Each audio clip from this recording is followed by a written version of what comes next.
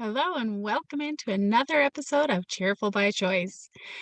Now, it's been Mother's Day where I live. Recently, we um, decided, I guess, well, it just kind of happens. I didn't want to agree at first, but the way it happens is the kids, quote, make breakfast for me in bed, and they expect me to still be in bed when they come to serve the breakfast. And that's really, really hard for me. Not too long ago, I was on bed rest. I couldn't get out of bed. And this is when I realized how I struggled so much with depression. And I did not want to be in bed for Mother's Day. I did not want to stay in bed any more than I had to. I had been in bed long enough growing our quadruplets, and actually, I was on bed rest with each of my pregnancies, but the quadruplets, I was on bed rest quite a bit longer than the other two. And so while I was on bed rest with growing the quads, before they were born, I had a lot of time to think and listen to all those negative lies in my head. And sometimes they kind of try to resurface. And that's the thing with choosing to be cheerful. We have to re-choose and redecide that we're worth knowing what is honestly true for us and recognize those lies and get rid of them. So anyway, this year and several years before, I've been okay with getting breakfast in bed.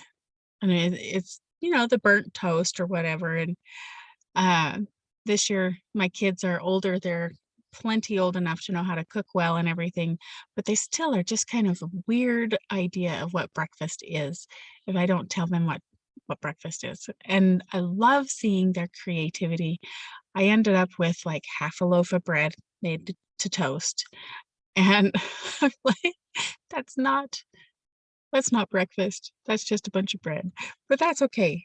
Um, I had other things too, and it was a very big breakfast for for how I was feeling. Anyway, I actually got out of bed because I was awake and no one else was awake, and I had a phone call from our missionary, and it was great.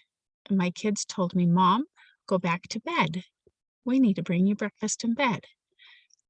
And I did, and I was happy, and it was great.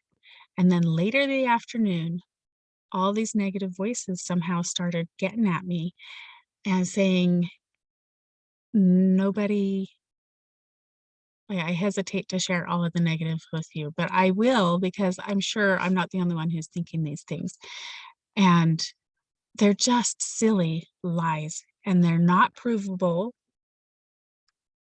And um, basically, it was something to the effect of, "Nobody wants to be with you. Everybody forgot about you."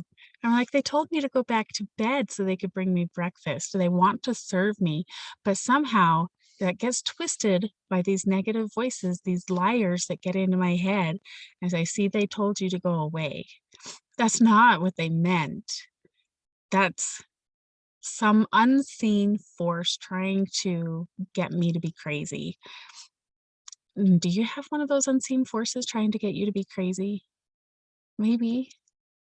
So how do we fight those forces? Because it's been a long time, lots of years, and, depression's a real thing. We still have to fight it and recognize it and deal with it and, catch these liars and get rid of them, fire them. We call them the dot people around here, because if you have a stick figure, you've got a body, right? And the dot people, they're dashed lines, they're dotted, they don't have a body. You can't see them, but you know that there's something that's not right, not true. And so since we can't see them, we call them the dot people. And we say, fire those dot people and say, "You know what? That's not true." Most of the time, the opposite is true. And there's no way there's no way that the people who are trying to serve me for Mother's Day and honor me are really trying to get rid of me. That just doesn't make any sense, really. And so when you see these dot people, what we do is we just don't say anything. My husband came in and he's trying to talk to me and check on me and whatever, and the dot people are giving me these lies to be angry about. Just wait. Ignore them. Don't acknowledge them. Like, notice that they're there, but don't give them any extra power over you. And you just ignore them for a little while until they go away. And if they're not going away, then you write them down. We call this a dump and destroy. You write them all down on a paper. You say, okay, this is not true. What is really true? You get another paper out and you write down the opposite that is true. So mine would have looked like people are forgetting me. And on the other side of the other paper, I would write people remember and love me. And you want to have more than one on the positive paper to kind of tip the scales. And so you get all the negatives out, then you write all of the positives out. You say, okay, which one is true? Which one do I want to be true? Well, of course, the one where people remember and love me. So you scribble out the other one, you tear it up. While you're doing that, you think, you are lies. You're not occupying my mind anymore. You're out on the paper. I'm tearing you up. You can't be in my head anymore. I'm done with you. I don't believe you. And you destroy it. And you can either burn it or just tear it up, scribble it, but you get all of that gross, ugly, negative stuff out of you and you get rid of it. And then you take the positive ones and you read it and go, okay, this is what is true. And you reread it over and over and get it into your head a little bit deeper and go, this is true. And with gratitude and appreciation, you just read it until it feels like the other negatives are gone and you can hold on to those positive things. Call it dump and destroy. And I don't do it every day like I used to, because I think that I had gotten to a level that I thought that I was doing pretty good. But boy, those dot people were attacking me strong. And yeah, it's okay to have a fallback, but just recognize that it is just a fallback. We don't have to live in that. We can get out of it. And it's okay to tell our minds what we want to believe, because those dot people don't belong there. And remember, you've got some angels and positive stick people, stick figures on your side. People are cheering for you. The angels are cheering for you. And it's okay to accept those too. Recognize that you are worth it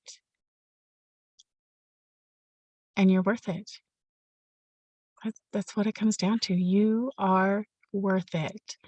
Give yourself that extra minute. Give yourself that extra, just that extra. You can't pour from an empty cup.